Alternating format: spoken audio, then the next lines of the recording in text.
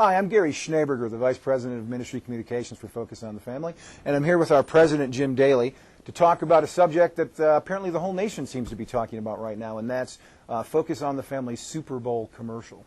And one of the things that we want to ask you, Jim, because there's a lot of questions that people have, and we've identified sort of the top 5. And the first one is, and everybody wants to ask this one, can we see the ad?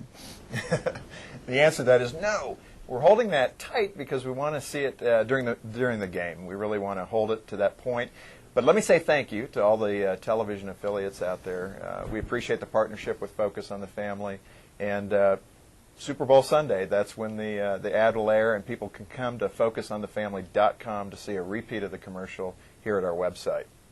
Now, there's been some opposition. There have been people who have not exactly been happy with the notion that Focus on the Family has an ad in the Super Bowl. And there's been some presumption on their part about what it contains. What are you saying? What would you say to those opposition groups? Well, first, let me just say it's been great working with CBS. They've been very supportive. Of course, they've seen the scripting, and now they have the ad in hand. So they know exactly what they've got, and they've been really good to work with. I think their shift in attitude towards some advocacy ads is a good thing. In America, that's what it's about, free speech. And we're going to be respectful in this and make sure that it's not over the top. But at the same time, I'm very grateful to them.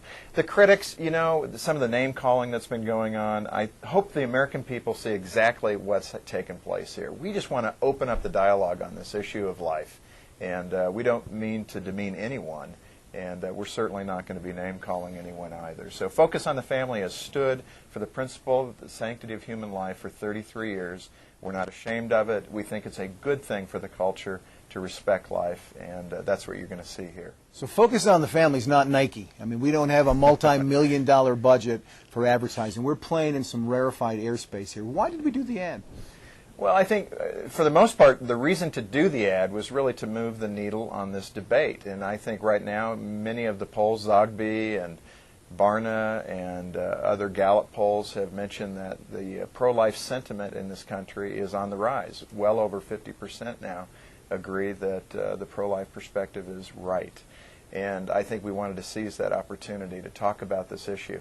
I think, again, when it comes to the dollars, we had a handful of supporters here at Focus on the Family that when we shared with them the vision for the ad, they said, we will underwrite that. So no money's come out of the general fund for this, and I'm pleased about that. It would have been far more difficult to justify it in that way. But these handful of families have stood with us. So, in the end, potentially 100 million people watching this game. They're going to see a 30-second spot featuring, Pam and Tim Tebow from Focus on the Family.